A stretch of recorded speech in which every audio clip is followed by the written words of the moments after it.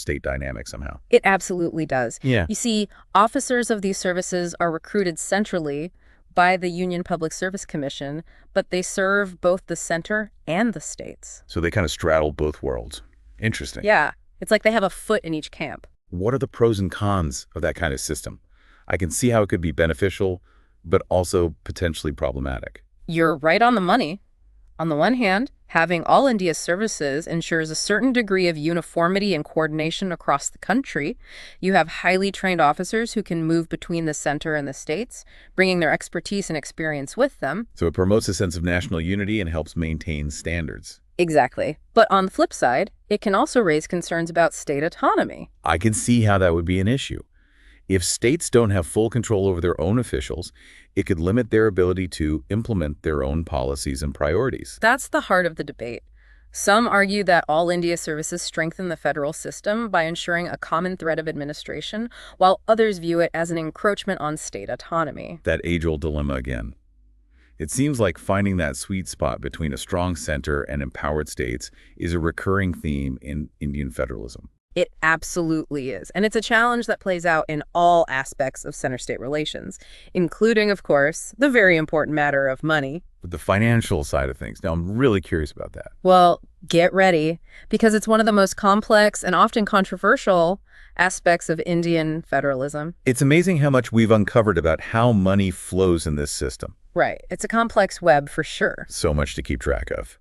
But for someone who's prepping for the UPSC, this deep dive has got to be like hitting a gold mine of information. Absolutely. And the beauty is that this isn't just about acing an exam. This is knowledge that's useful for anyone who wants to understand how India actually works. Totally. But okay, let's make this super practical, especially for our UPSC aspirants. Yeah. What are some key takeaways they should walk away with? Well, first and foremost, a solid grasp of the Constitution is absolutely crucial. I'm talking about those specific articles that lay out the framework for center-state relations. Articles 245 to 263 for legislative relations, 256 to 263 for administration, and 268 to 293 for financial relations. Got it. Exactly. Those are the building blocks. But it's not just about memorizing the articles, right? Nope. Got to understand what they actually mean in the real world. Precisely. Being able to explain how those articles translate into actual policies and actions is what's going to set a UPSC aspirant apart. Right, like knowing that Article 356 deals with President's Rule is one thing. But being able to discuss its historical use, the debates surrounding it, the implications for federalism, that's the real deal. Showcasing that deep understanding. I like it. And speaking of deep understanding, those historical commissions we discussed, the Sarkaria Commission and the Punchhi Commission, those are gold mines of information. Oh yeah, their reports are packed with insights. They provide in-depth analyses of the challenges facing Indian federalism, and they offer concrete suggestions for reform. A UPSC aspirant should be ready to discuss those key recommendations, right? Absolutely.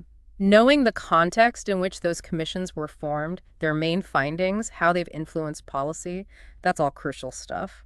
So it's not just knowing the what, but also the why and the so what. You got it. And you know what else can make your answers shine in the UPSC exam? Real-world examples. Oh, yeah. Bringing in those case studies to illustrate your point. Exactly. Like, how about discussing the impact of the Goods and Services Tax, GST, on state revenues? That's a perfect example of how financial relations play out in practice. Shows you can connect the dots between theory and reality. Exactly. And that ability to think critically, to analyze real-world situations, that's valuable not just for exams, but for being an informed citizen, period. Couldn't agree more. Whether you're aiming for the top rank of the UPSC or just want to understand how your country functions, this knowledge is power. It empowers you to participate in meaningful discussions, to form your own opinions about how power should be balanced in India. So much food for thought.